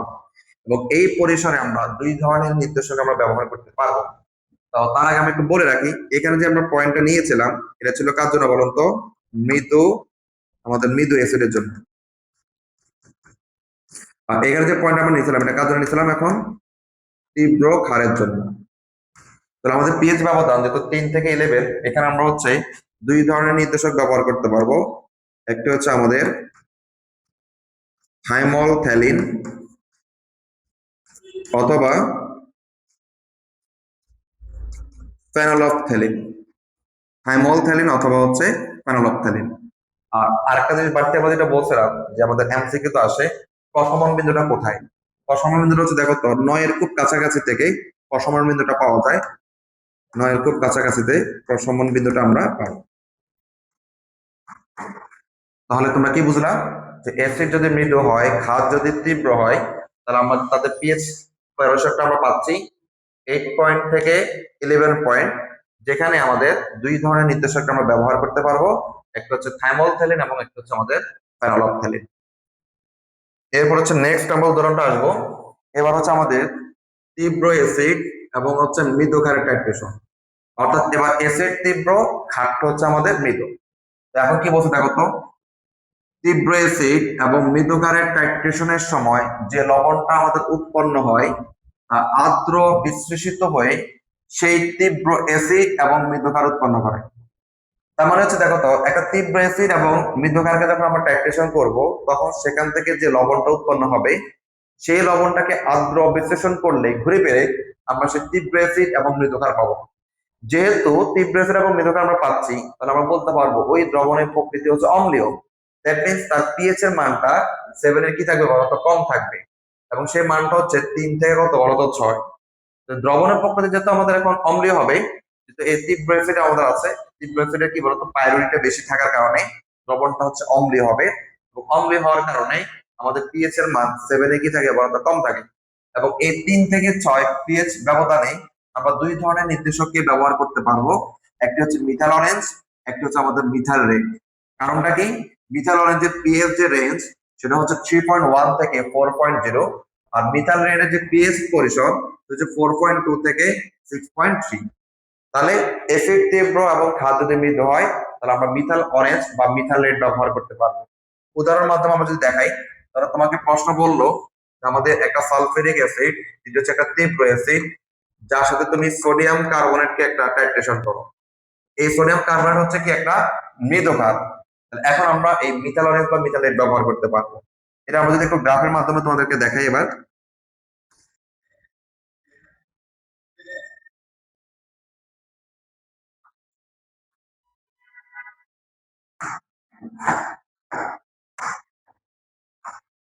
এখানে হচ্ছে আমাদের পিএইচ, তাহলে শুরু হবে কত বলো তো 0 থেকে 0 1 2 3 4 5 6 7 8 9 10 11 12 13 এবং হচ্ছে 14। এখন লক্ষ্য করেন আমাদের অ্যাসিডটা কেমন, অ্যাসিডটা হচ্ছে তীব্র অ্যাসিড। ক্ষারটা কেমন, মৃদু ক্ষার। ক্ষার হচ্ছে আমাদের মৃদু ক্ষার। তো তীব্র অ্যাসিডের পিএইচ রেঞ্জ কতটুকু ছিল, 0 থেকে 3, 0 থেকে 3। মৃদু ক্ষারের পিএইচ রেঞ্জটা কতটুকু ছিল বলতো আমাদের, 7 থেকে 11। এখন আমরা এখান থেকে কি করবো বলতো, গ্রাফে দুটা বিন্দু নিব, এবং সেটার জন্য আমি বারবার বলছিলাম এসিডের বেলা হচ্ছে সর্বোচ্চ মান, ক্ষারের বেলা হচ্ছে আমাদের কি সর্বনিম্ন মান। তাহলে এসিডের সর্বোচ্চ যে পয়েন্ট সেটা কত, 3। আমরা গ্রাফে 3 বরাবর আমাদের একটা কি নিব বলতো, বিন্দু নিব। একই রকম ভাবে ক্ষারের বেলা হচ্ছে সর্বনিম্ন যে পয়েন্ট কত, 7।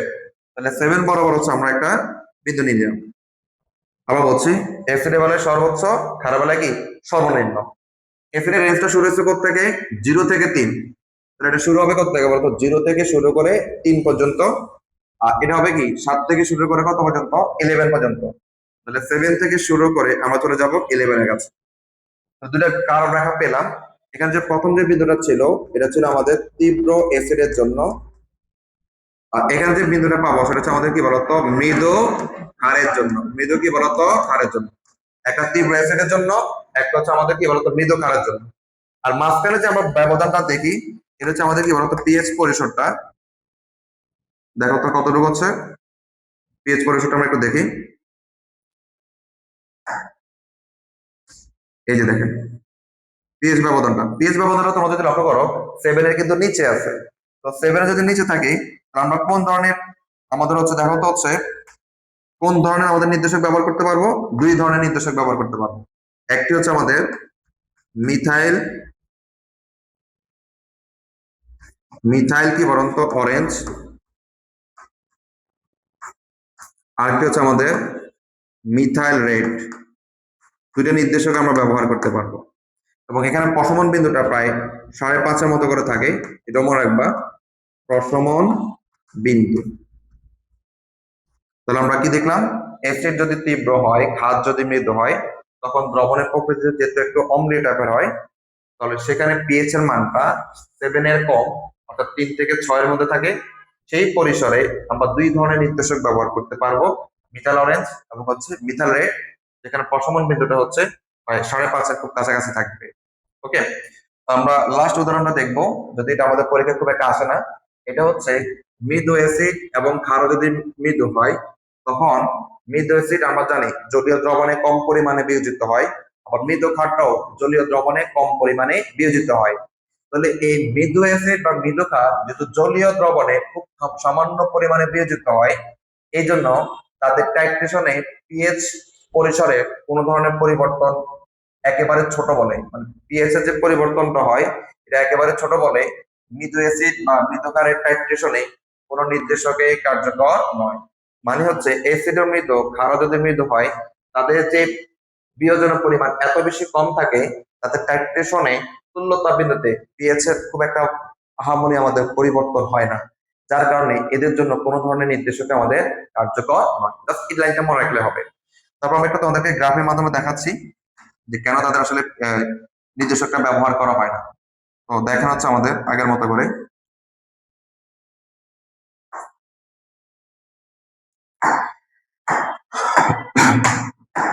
এখানে আমরা একটা পিএইচ এর মানগুলো দেখি, 0 1 2 3 4 5 6 7 8 9 10 11 12 13 এবং হচ্ছে 14। দেখো আমাদের পরীক্ষার প্রশ্ন কেমন দিতে পারে, একটা মৃদু অ্যাসিড ধরো তোমাকে নিলাম হচ্ছে আমাদের ইথানোয়িক অ্যাসিড দিলাম, এবং একটা মৃদু ক্ষার নিলাম সোডিয়াম কার্বনেট। এখন বললাম তাদের মধ্যে টাইট্রেশন করার জন্য কোন ধরনের নির্দেশক ব্যবহার করা হবে। অ্যাসিড ও মৃদু, ক্ষারও কি বলতো মৃদু। তাহলে মৃদু অ্যাসিড যদি আমরা নিই, তার পিএইচ রেঞ্জ কত বলতো, 3 থেকে শুরু করে 7। আর যদি আমরা মৃদু ক্ষার নিই, তার রেঞ্জ হচ্ছে 7 থেকে শুরু করে কত বলতো 11 পর্যন্ত। এখান থেকে যদি আমরা গ্রাফ ড্র করি, আমরা বারবার একটা কথা বলি, অ্যাসিড বেলার সর্বোচ্চ মানটা আমরা দেখবো, ক্ষারের বেলা আমাদের সর্বনিম্ন মানটা আমরা দেখবো। অ্যাসিডের সর্বোচ্চ যে বিন্দুটা সেটা কত? 7।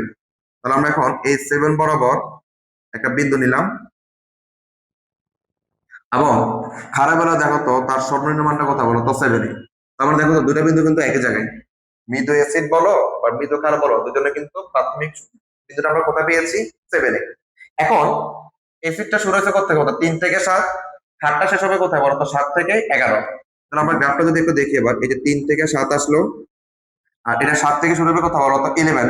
আমরা এটাও দেখো তো যে 11 থেকে শুরু করে আমাদের 7 থেকে শুরু করে কোথায় গেল বলো তো? 11 এ গেল। তাহলে তাদের কিন্তু খুব একটা পিএইচ এর পরিবর্তন হয় নাই। দেখো কি না, পিএইচ এর পরিবর্তন হলে খুবই নগণ্য। এজন্য কি বলতো, কোন নির্দেশকে কি নয় বলতো? কার্যকর নয়। কোন নির্দেশক কার্যকর নয়।